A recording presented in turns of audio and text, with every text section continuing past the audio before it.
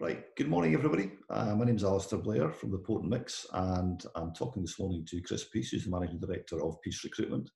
I've done quite a lot of work with Chris over the years, and over the last month he's asked me to do a little study into the construction property market and how they're coping with the crisis and how they're planning to get out of it, with specific reference obviously to the jobs market that he's interested in. So good morning Chris, trust you're well. Good morning, yes, I'm very well, thank you. Okay, you've had a chance to look through the results of this survey now. What do you make of it? What are the key things you've taken out of it? First of all, thank you very much for everybody who took the time to fill out the survey. That's much appreciated. And in a snapshot, I suppose the offshoot is that it's not great news, to be honest, of all the respondents. Also, the timing of when we sent the survey out maybe got something to do with it. We're probably in our 9th or 10th week of lockdown when we sent the survey out, so there was a lot of frustration. And I think England had just eased things, where in Scotland, which is where our main clientele are, things hadn't been eased or the announcement hadn't been made. So there was maybe a lot of frustration, negativity that came out in these surveys. But some of the headline statistics that came out were that 77% of the people that we surveyed felt that the effect of the pandemic was somewhere between bad and terrible, and 26% felt it had a terrible impact on their business. So that's not great. Also, 85% of all respondents felt that the profitability would drop by 20% or more for the calendar year of 2020. On a slightly more positive note, 56% of respondents don't expect to be making redundancies, which is good, which shows they're going to hopefully support their current workforce and things. But also 24% of respondents said that they would be planning on no hiring at all this year for 2020. So they're obviously looking to batten down the hatches, keep their current staff busy, not make redundancies, which is great news, and but also maybe not plan on growing their business, which is maybe not fantastic news for us as a recruitment agency. So it is what it is, but the stats don't lie. Sure, okay. And in terms of you as a recruitment company, you're obviously one of the biggest in your field in Scotland. How have you been planning? How have you been coping with the crisis? Well, first of all, we've taken advantage of the furlough scheme, so the coronavirus job retention scheme.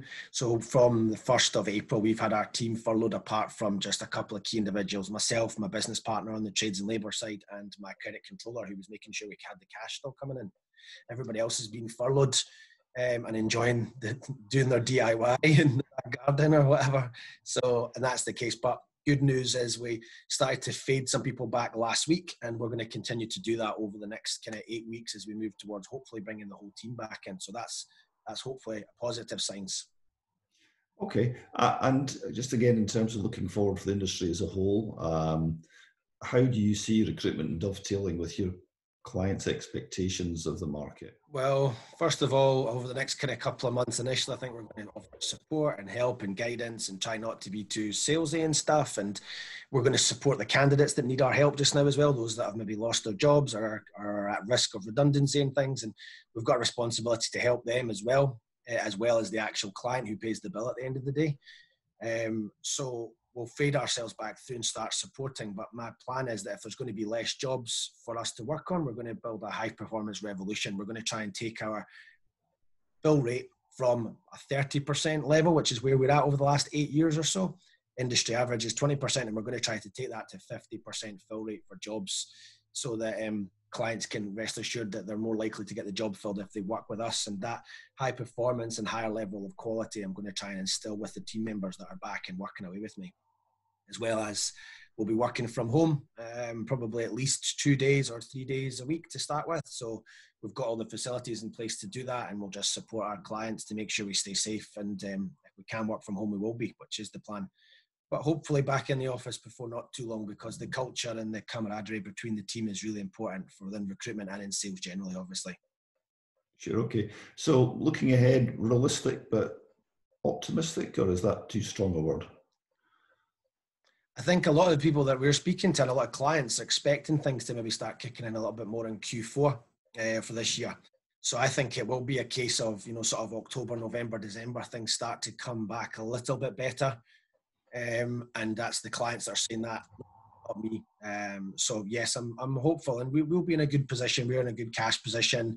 we're good culturally and good engagement with the team members and stuff. And I'm hoping that our well-rooted and deep-rooted relationships with our clients will maintain throughout what might be a difficult kind of 3 or 4 months over the next little while. I guess time will tell. Your guess is as good as mine.